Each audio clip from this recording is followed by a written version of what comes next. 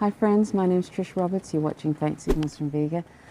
So I was going to do a vlog outside, but it turns out that it's now raining as usual. It happens when in Tasmania suddenly there'll be a downpour out of nowhere.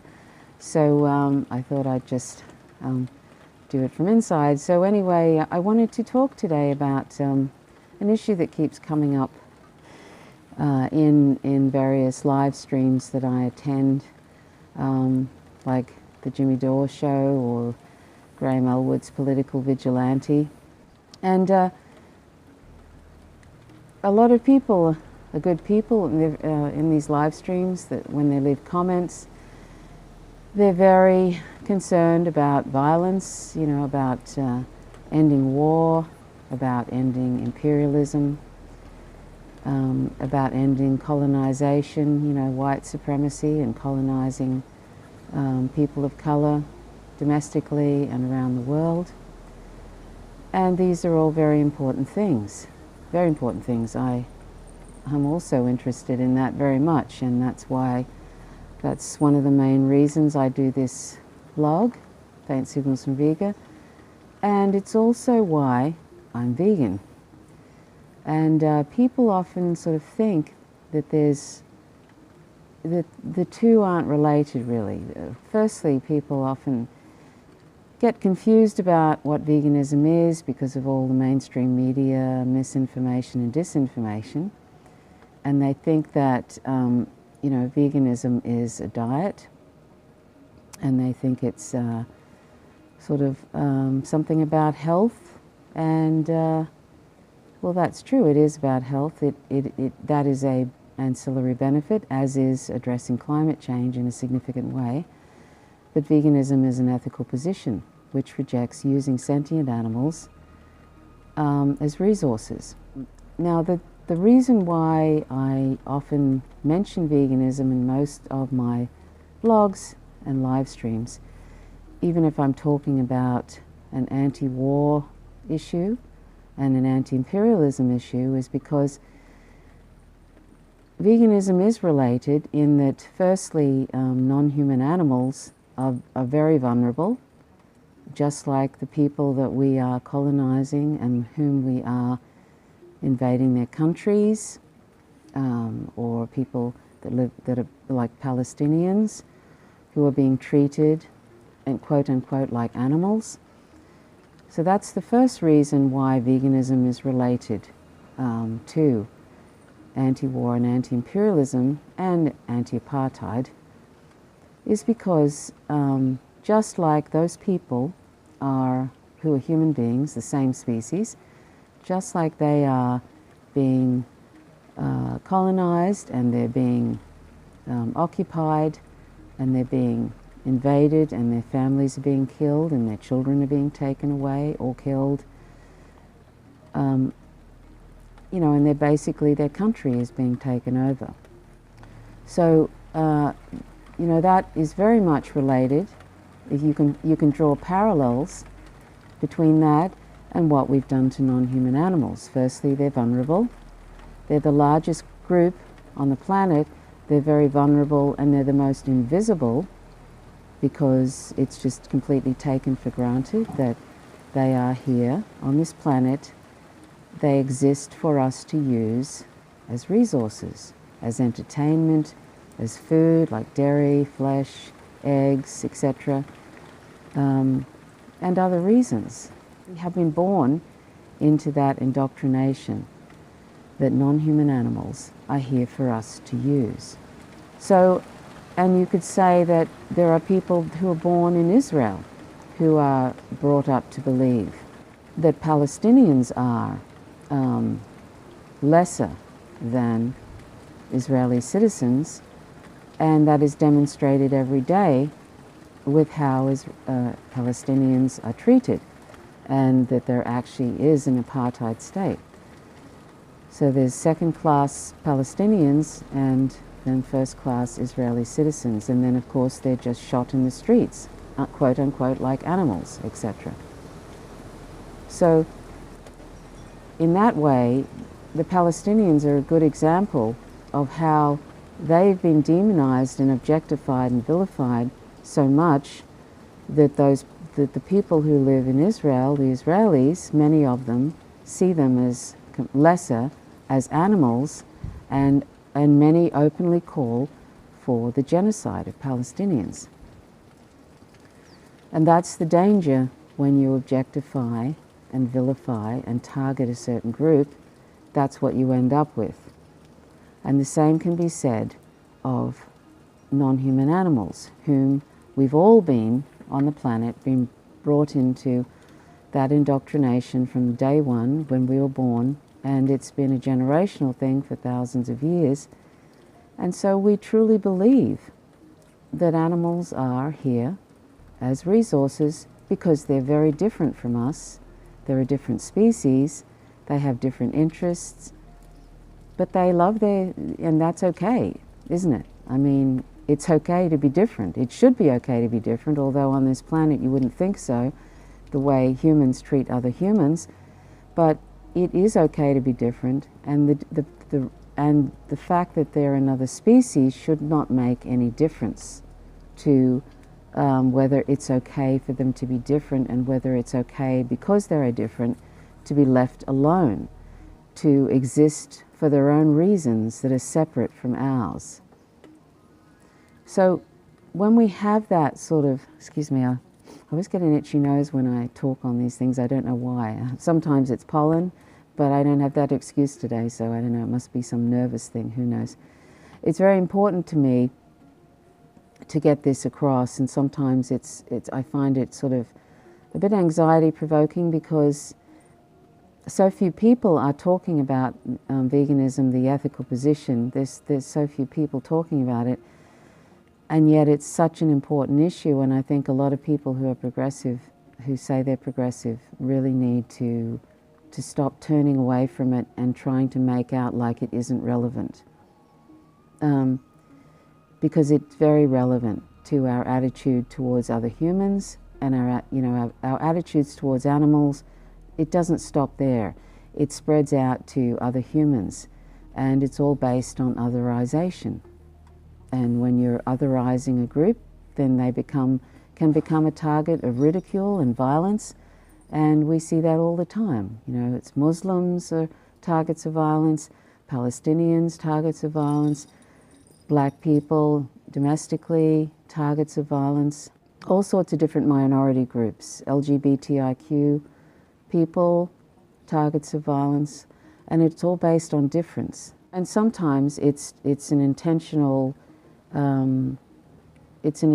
thing which is started by governments so that those particular targets, their countries, can be invaded and colonized and taken over.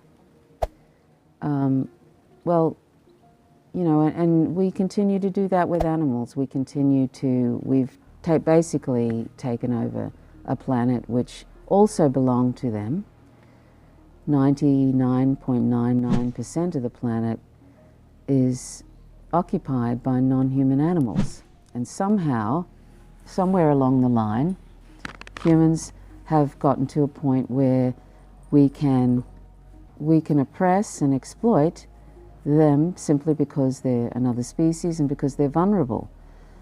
And you know, and we've done that in a few hundred years ago, you know, with human slavery. Went into other people's lands. They couldn't really fight back against the technology that we had, and then you know, the white people had, colonizers, and then we ended up taking over the lands that they had been in for thousands of years, and in the case of Australia, 40,000 years, possibly even 80,000 years. Indigenous people have been living here, and we came here and wiped out most of them. And in Tasmania, we really almost wiped out every single Indigenous person in Tasmania, where I live, which is awful, really. But that's what we do. And see, the point is that, so, you know, there's that, the first thing is, you know, what has veganism got to do with, you know, why is it important in relation to other issues? Aren't other issues more important? Well, the first thing is, you know, the exploiting the vulnerable, which we do to humans, and we've started off doing that to non-humans in the beginning, and then that attitude of otherization moves to humans. So that's a real inherent problem our species seems to have, where we can't seem to tolerate difference.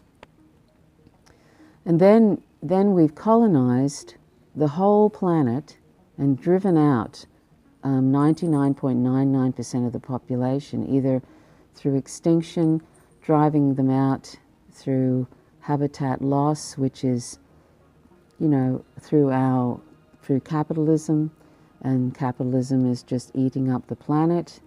There's no other way capitalism could go. It's just like that. And imperialism is inextricably linked to capitalism. Is capitalism the cause of animal exploitation? No, it's not. We and our attitudes of otherization are the cause of this exploitation of animals. We are the drivers of demand. So we can't blame capitalism, and we can't blame corporations and businesses and animal industry for animal exploitation. We are the drivers. We are also the drivers, you know, of these unending wars, because if we're not speaking out against these unending wars, there's, you know, 8+ wars now. If we're not calling out for the end of those and the end of imperialism, then we're complicit in the continuation of it. And if we keep voting for people who call themselves progressive, who are totally fine with apartheid Israel and just want to pretend like it's not bad, it's not as bad as what people are making out or whatever, if we're voting for people like that, then, you know, we're complicit in the oppression of Palestinians. You know, it's like that. It ultimately comes back to us. It's all about us and what we are doing. It's not ultimately, of course, governments can, you know, if they're heading towards fascism, which a lot of them are, you know, particularly in Western countries, that's happening more and more.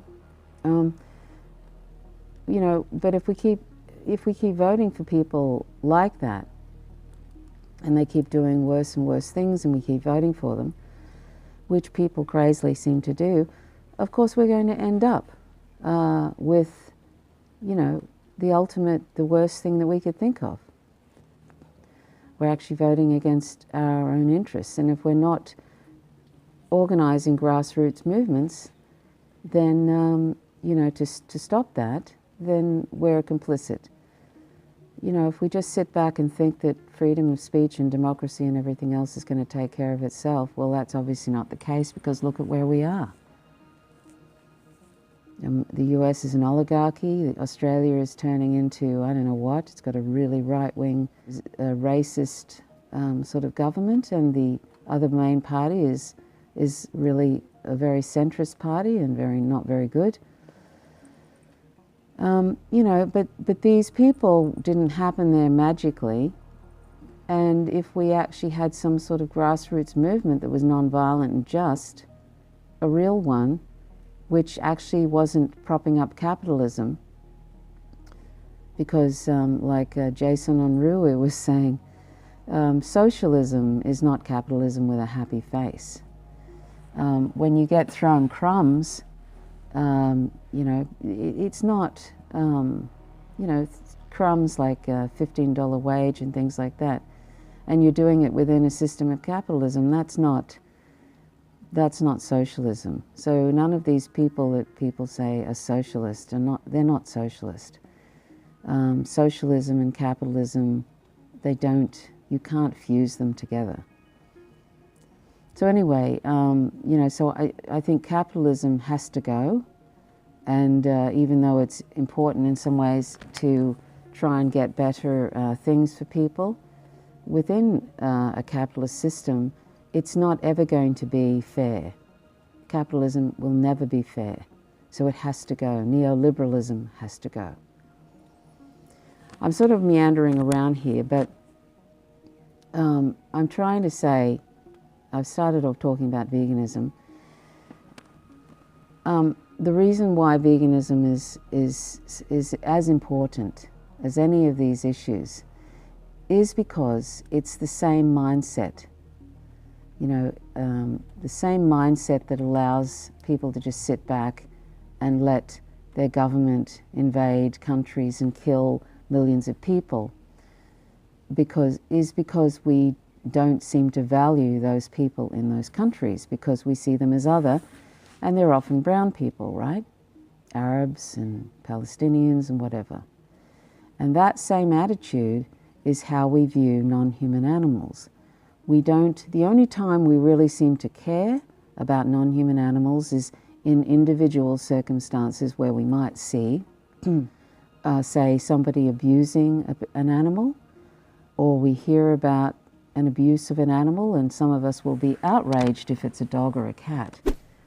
Which is interesting, because other animals, just like dogs and cats, are sentient.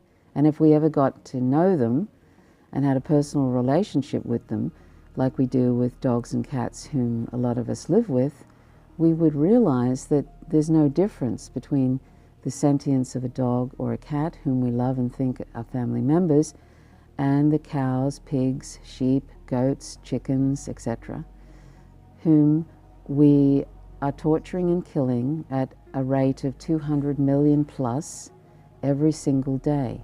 And 180 million of those animals that we torture and kill every single day, and that's a conservative estimate, 180 million of them are chickens, and they are sentient. And guess what is probably the most vilified group of animals? Chickens. Because it suits us to vilify them and make out that they're stupid and yada, yada, yada, which they're actually not stupid. But even if they were, it doesn't matter, you know, whatever stupid means to us, right? It doesn't matter what their level of cognition is or whether they're like us in any way. They're sentient, and they have a right to be on this planet free of our exploitation, free of our targeting, making them targets of violence. They have a right to live here without that exploitation and violence.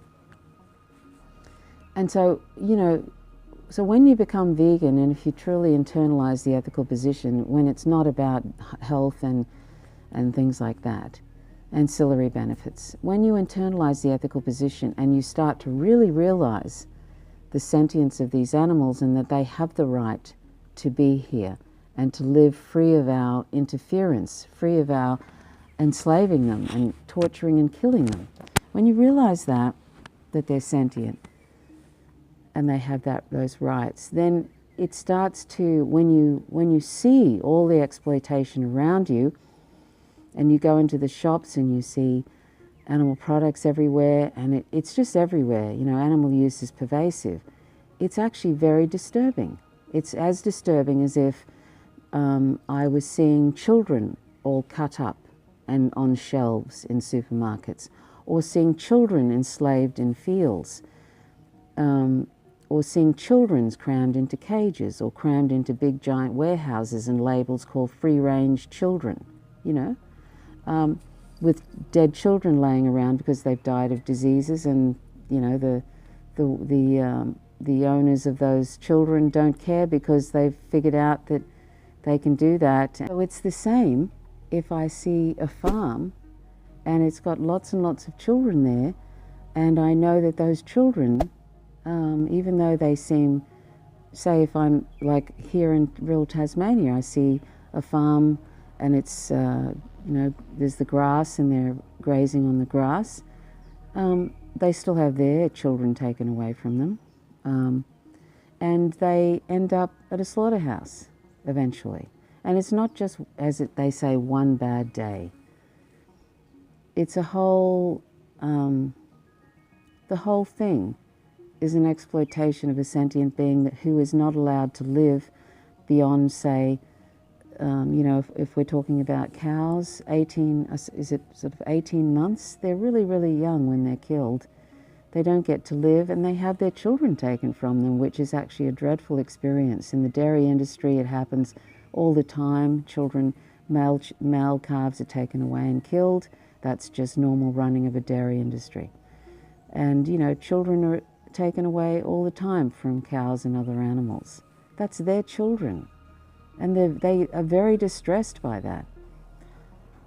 But what I'm trying to say is that when I see animals being exploited, it has the same effect on me as if I was, you know, seeing children being tortured and killed.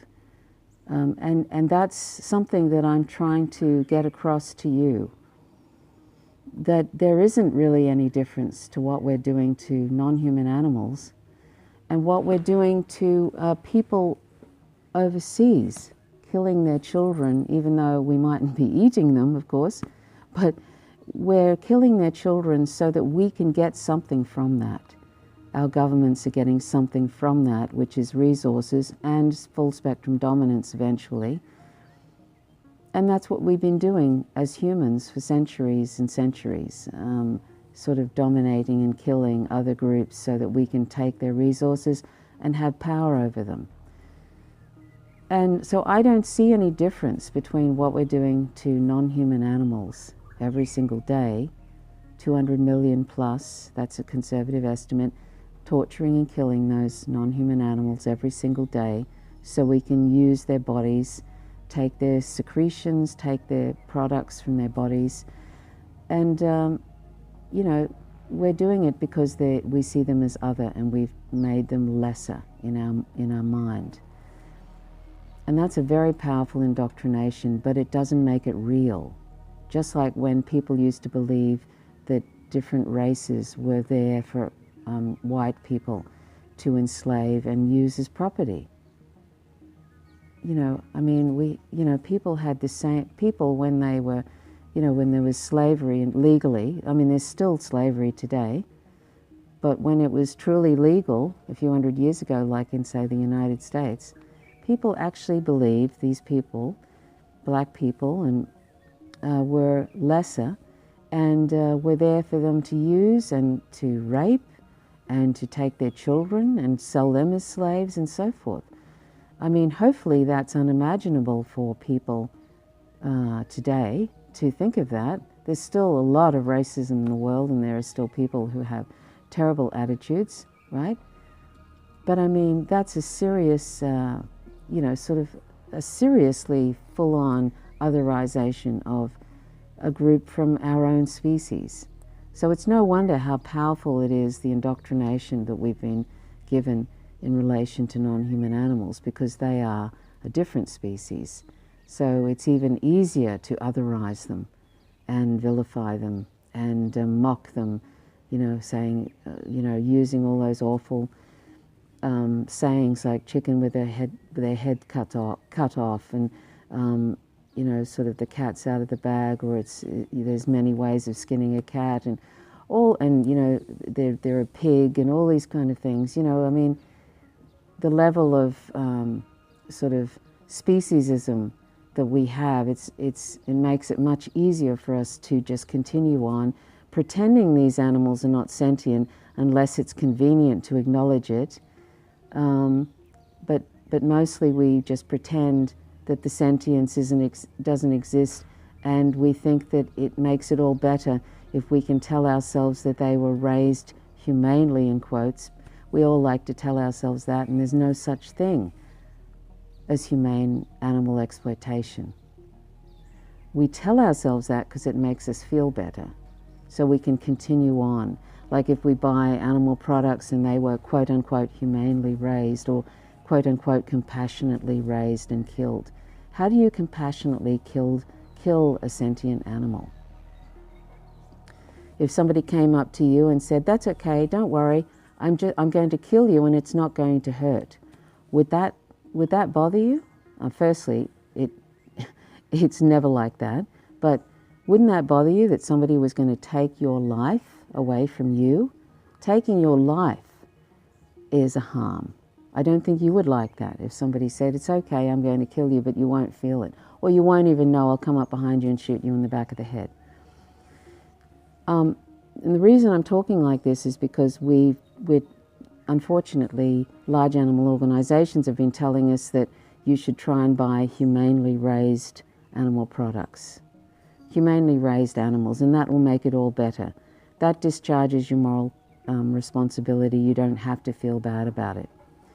Well, that's a real problem, and I'm really sorry that these large animal organisations have chosen to go that way, but then that's how they keep bringing in donations.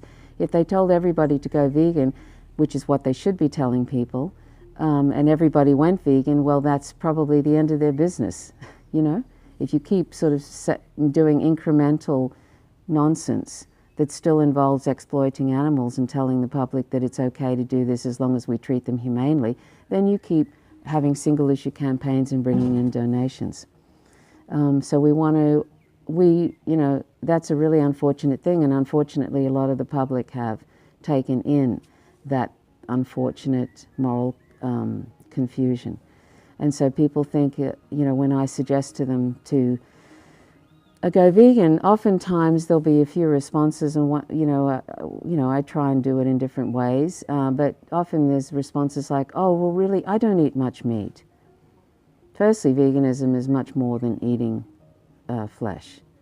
There's dairy, eggs, and all sorts of animal furs that we wear, and leather and stuff like that, and using them for whatever reason. So, but usually people will say, I don't eat much meat. I'm not sure even why they respond like that, which shows that 99% of people know there's something wrong with what they're doing. Because why would you say, oh, I don't eat much meat? Like, why even bother giving me an excuse if you don't think there's anything wrong with it, right? So, 99% of people know there's something wrong with what we're doing. Otherwise, why would they even care if animals are humanely raised, quote unquote humanely raised, even though that's a complete scam to sell animal products, expensive ones? Why would people even care about that if there wasn't something wrong with it? They wouldn't. Even though we try to pretend that their lives don't matter as much to them as they matter to us, that's not, we know actually that they do, and there's lots of signs that animals' lives matter to them, and that they interact with their environment, they love their young, or they care for their young, they interact with one another, with the world, sentient animals, and that includes aquatic animals, care about being alive. They care about their lives and being alive, and they don't want to die, just like we don't want to die. We don't want our lives taken away from us prematurely. So anyway, when people say to me on these live streams, if somebody says, there's all these different excuses people go through, I could write down a list as long as my arm of the different things people have said to me. And I have something that counters it. Every time it's really easy to debunk excuses. Really easy. I can win hands down. Usually what people do when you kind of corner them with logic, some people will end up sort of with ad hominem attacks and stuff. That's what happens, or they just sort of stop, or they don't listen. But there are a lot of people who, if they're presented with a morally consistent message that animals are sentient and we don't have the right to use them, and they sort of really think about how they are with the dogs and cats whom they live with, and they see the sentience in those dogs and cats, and that there really is no difference between the sentience of dogs and cats and the pigs and the cows and the sheep and the chickens and everything whom we use as resources. There really isn't. If you really think about it and you open your mind to that, it's true. It really is. There are no levels of sentience. There's sentience, and that's that.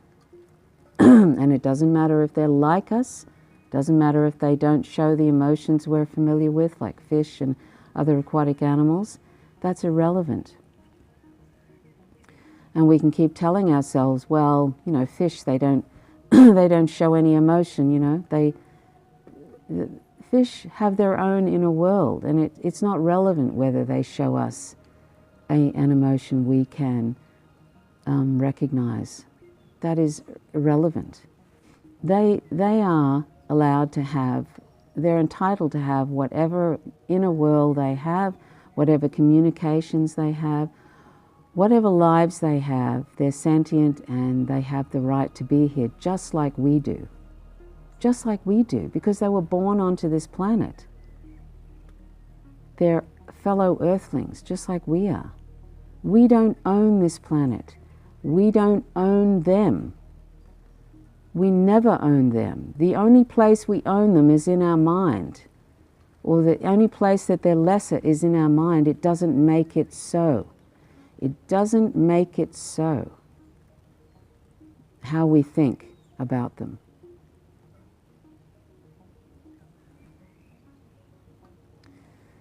And the sooner we start to dismantle this speciesism that we have in relation to these other animals, the better we will be in ourselves and in our minds and our attitudes to other humans, because it's all interconnected.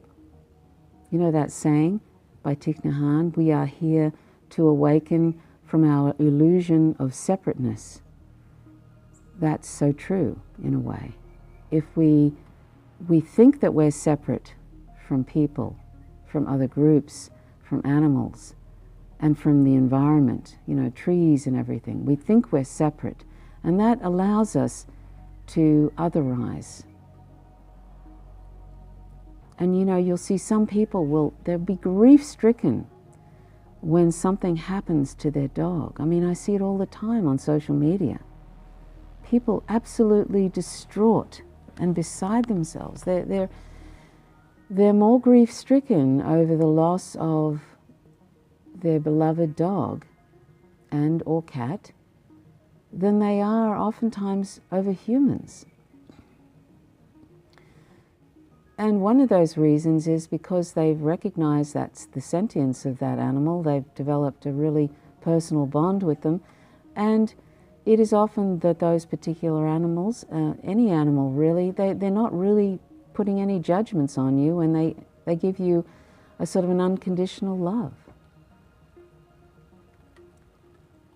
You know, they're beautiful individuals on the planet, and we can learn something from them, really. But whether we can or we can't, that doesn't matter. They have the right to be here without us interfering with them and exploiting them and thinking that we can breed them into existence to have even as pets, in quotes. I love living with cats, and they're wonderful individuals. I really do. I love them as much as any human being. In fact, I probably could say that I love them more than some human beings that I've been close to. It's a very special, you know, relationship you can develop with non-human animals. But if I had the only 2 cats in the world and they weren't desexed, I wouldn't be breeding them so I could have more cats. And cats will never die out on the planet, because there's plenty of cats in the that have been dumped in forests that are actually, some of them have managed to adapt, many of them die, but cats are not going to go extinct. But you know, we've got them now where they're completely dependent on us, and as much as I love living with cats, I find it very sad at the same time. You know, they're in this sort of never-never world where they have to rely on you for everything, including when they're going to die. You know, if people decide they are tired of them, oh well, take them, you know, dump them off at the shelter, and they either get killed, or there's millions of them get killed every year. So anyway, what I'm trying to say is, when people say to me on threads, you know, veganism isn't important, you know, it's a diet and it's this and that, they try and downplay it.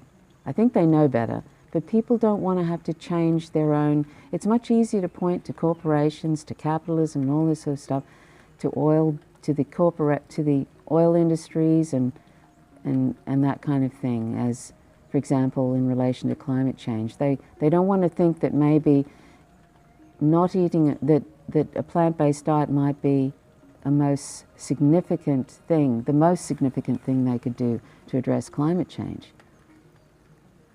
And that's a fact. I mean, they've done a big study, the largest study yet.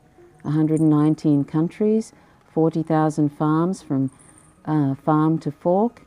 And the conclusion was, and this is from people that weren't vegan, scientists that weren't vegan, is that adopting a plant-based diet is the single biggest action you can take to address climate change. And when I put that out there, I'd prefer people go vegan for what I consider the right reasons, which is to stop exploiting non-human animals. But when I put that out there about this study, people just kind of glaze over because it's inconvenient. It's the other inconvenient truth, becoming vegan.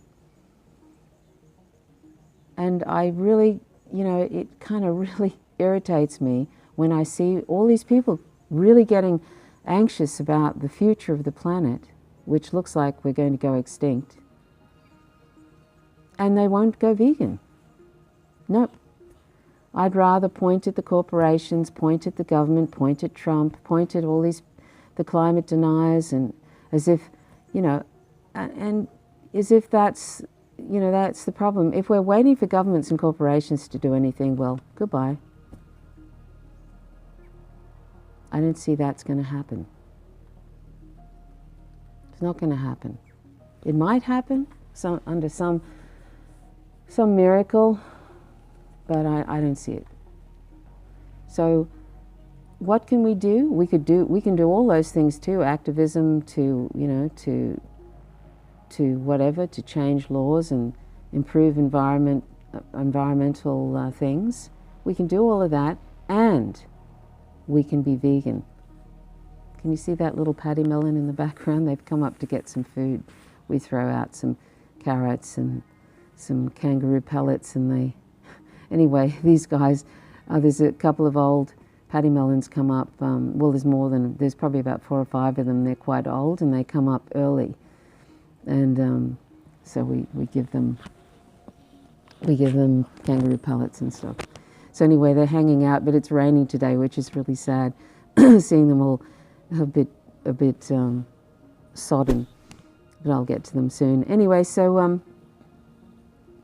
you know, it's sort of astonishing that even, I find this astonishing, and this is why I just think we're, and I don't mean this in a misanthropist way, but sometimes I think we're just too stupid to live, because, you know, even otherwise intelligent people, you mention vegan, they're wringing their hands about, you know, imminent extinction and all this, and you mention veganism, and suddenly they're more concerned about their palate pleasure and their convenience and traditions and all of that. I mean, really, you know, people value the taste of animal products over their own survival, it would seem. You know, and a plant-based diet is delicious, and it really is. And, you know, I've never eaten so well in my life, and I've never been healthier, except for this recent virus, which I got in town, but I'm, you know, I've never been healthier. And I can think to myself, well, I'm doing the best I can. I could probably do better with some other things, but I'm, you know, being vegan is such a massive thing that you can do, and yet it's so simple. We can do that without any sort of permission. We don't need permission from anybody. We don't need corporations or governments to do anything. We can do that right now. So why don't we? I mean, really, you know, is chomping on bits of somebody else's flesh loaded with cholesterol that's killing us, and slurping down, you know, lattes that have got probably pus and all sorts of hormones and toxins in them. Is that more important than our own survival? Seriously, is it? And these are animals who've been killed and their children taken from them, like in the dairy industry. That latte we're drinking, there's a dead male calf that's been taken from their mother for that latte, that milk dairy latte. When we could have, you know, a nut milk latte or a soy latte. It's so simple. I mean, the eggs that people have, not only are they full of cholesterol, it's like smoking 5 cigarettes, apparently, if you look at nutritionfacts.org. But it's actually, there's a few male chicks that were thrown into a grinder and ground up alive for that egg, because male chicks are no benefit of their byproducts of the egg industry. You know, there's so much torture and violence in these products. So much. And we really should maybe take a trip to a slaughterhouse and see how quote-unquote humane it is. Or really look into the inner workings of farms and get to know and go to a sanctuary and meet these animals that are the lucky ones that manage to escape. And most of those animals on those sanctuaries come from these so-called happy farms. It's true. That there's a sanctuary down the road, and most of the animals there come from so-called mom and pop farms. There's escapee survivors, refugees of domestication. Anyway, I hope I'm sorry, my microphone for some reason dropped off. I hope that we were still able to pick that up. Having a few problems today technically. So anyway, I really hope that that we can try and see that veganism isn't it's not some sort of irrelevant thing. It's not some sort of irrelevant thing that we can do maybe down the track. You know, we're absolutely destroying the oceans. They're trawling the ocean and taking everything with it. They'll be empty by 2048, and you know, we're killing off the animals that are, you know, we're basically just, all these so-called animals that we fetishize, the species we fetishize, we're actually just, we're killing them too, and with these trawlers, and we're destroying the oceans. Why can't we just, if we were eating a plant-based diet, we'd still have so much land available. If you look at the results from that study I mentioned, the 119 countries and the 40,000 farms, they said, and I hope I get this right, we would have the equivalent of China, Australia, and Europe, and some other country, some other large country. We would have that land left to do what we, you know, because we wouldn't be using it for animal agriculture. And we'd still have enough plant-based stuff to feed the whole world without even that land that we've used for animal agriculture. A huge amount of land.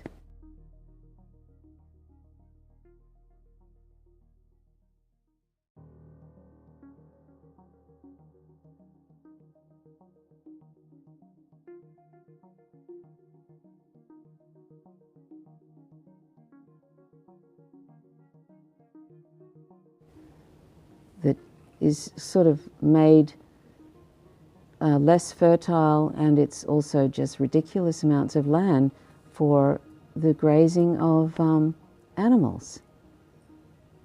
You know, we'd have plenty of food to feed the world, and it's delicious. A plant-based diet is delicious, and we'd all be way more healthier, and we wouldn't be destroying the planet, and we wouldn't be contributing to the 6th mass extinction. It's the biggest driver of the 6th mass extinction, animal agriculture. It's also tearing up, it's also destroying 1 acre of Amazon rainforest every minute, according to Cowspiracy, the sustainability secret, and I invite you to please watch that. That's the documentary that made Chris Hedges go vegan.